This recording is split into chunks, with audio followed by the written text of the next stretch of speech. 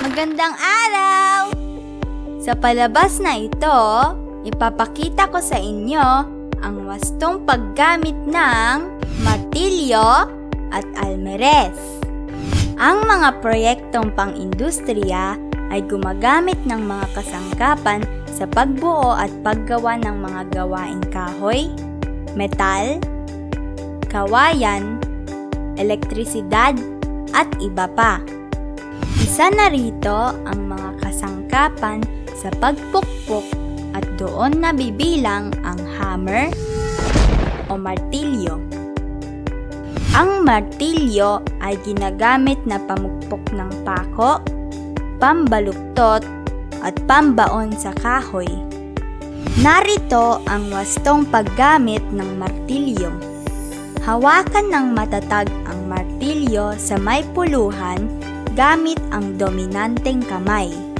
Iposisyon ang pako gamit ang mga daliri. Bahagyang pukpukin ang pako. Kapag ito'y hindi na gumagalaw-galaw, alisin ang mga daliri na nakahawak sa pako. Ituloy ang pagpukpok ng pako hanggang sa bumaon ang tulis nito sa kahoy.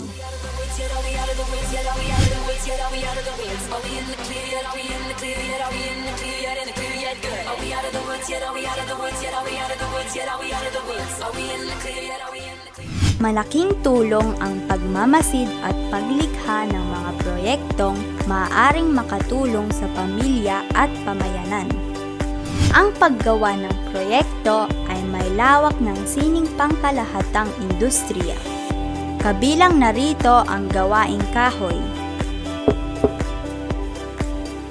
Marami ang maaaring gawin sa kahoy tulad ng mortar and pestle o almeres.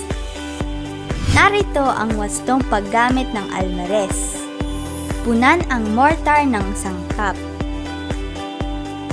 Bahagyang hawakan ang mortar gamit ang isang kamay upang hindi tumapon ang mga sangkap at makontrol ang paggalaw nito. Kunin ang pestle at simulang gilingin o durugin ng pantay-pantay ang sangkap.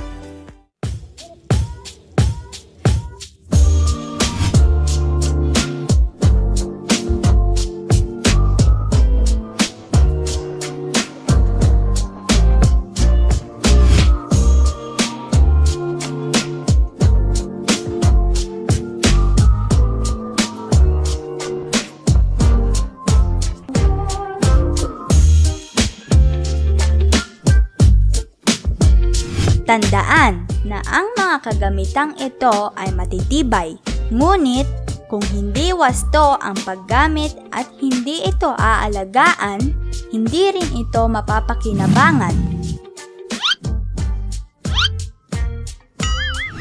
Kung gamit ay aalagaan, sarili naman ay ingatan. Maraming salamat sa pakikinig!